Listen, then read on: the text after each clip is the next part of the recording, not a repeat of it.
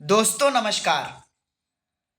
संभल से अजमेर तक सर्वे पर क्यों मचा है हंगामा।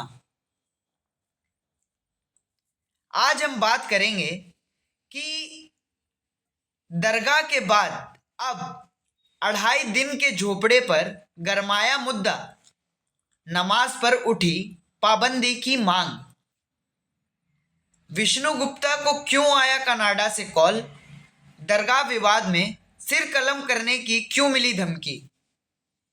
संभल के विवादित शाही जामा मस्जिद में सर्वे को लेकर हुआ बवाल अभी ठंडा हुआ ही नहीं कि अजमेर शरीफ दरगाह की सर्वेक्षण की मांग भी जोर पकड़ने लगी है।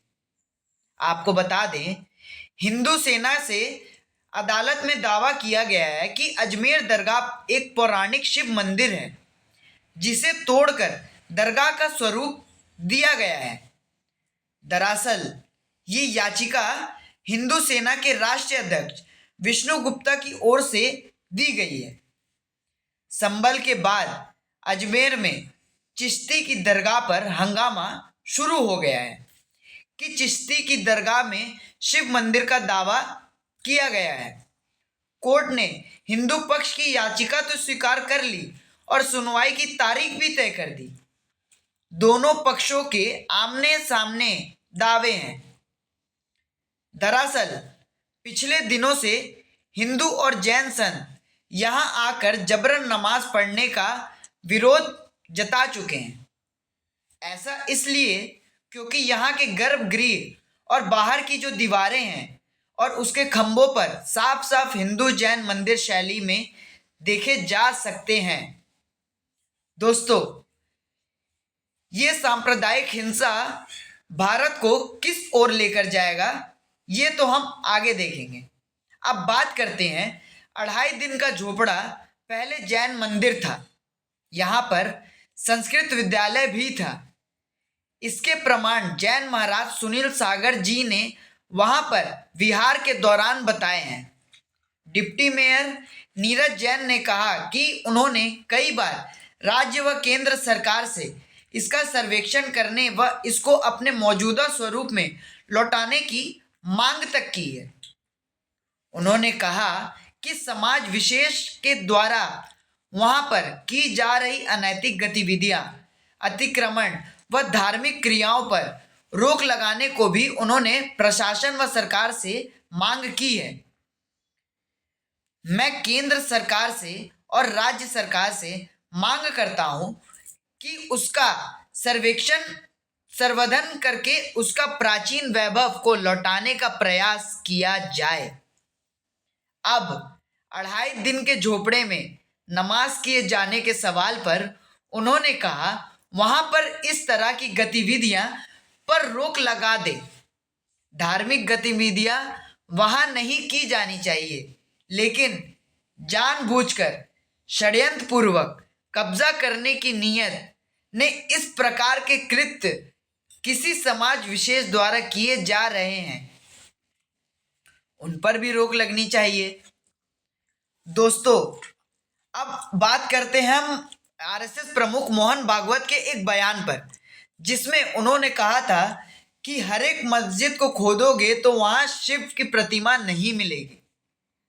अब इसी को लेकर हम अजमेर शरीफ दरगाह की ओर बढ़ते हैं।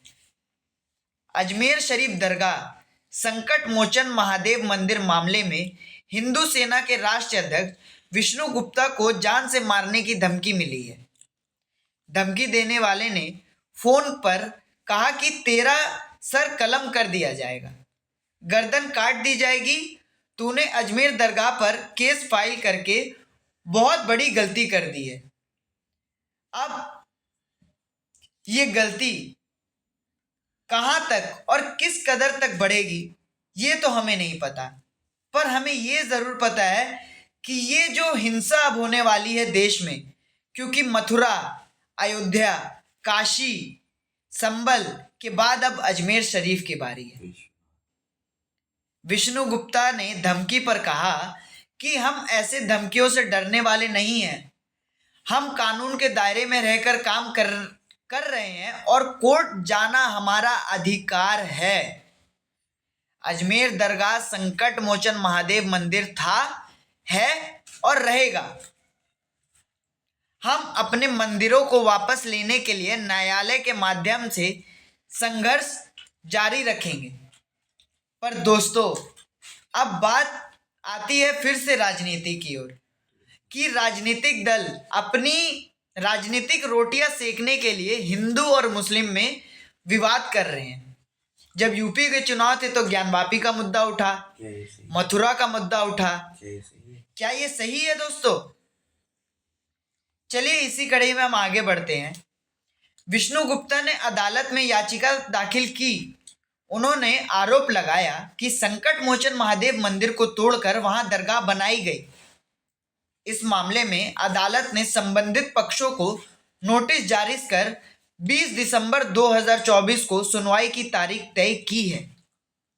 अब अदालत ने तारीख तो तय कर दी, पर क्या अदालत दरगाह को तोड़ने की इजाजत देगा?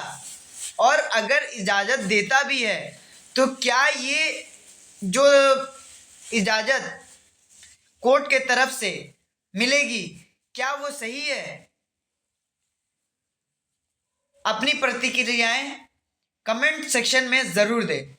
तब तक के लिए धन्यवाद, धन्यवाद, धन्यवाद। शुभ रात्रि।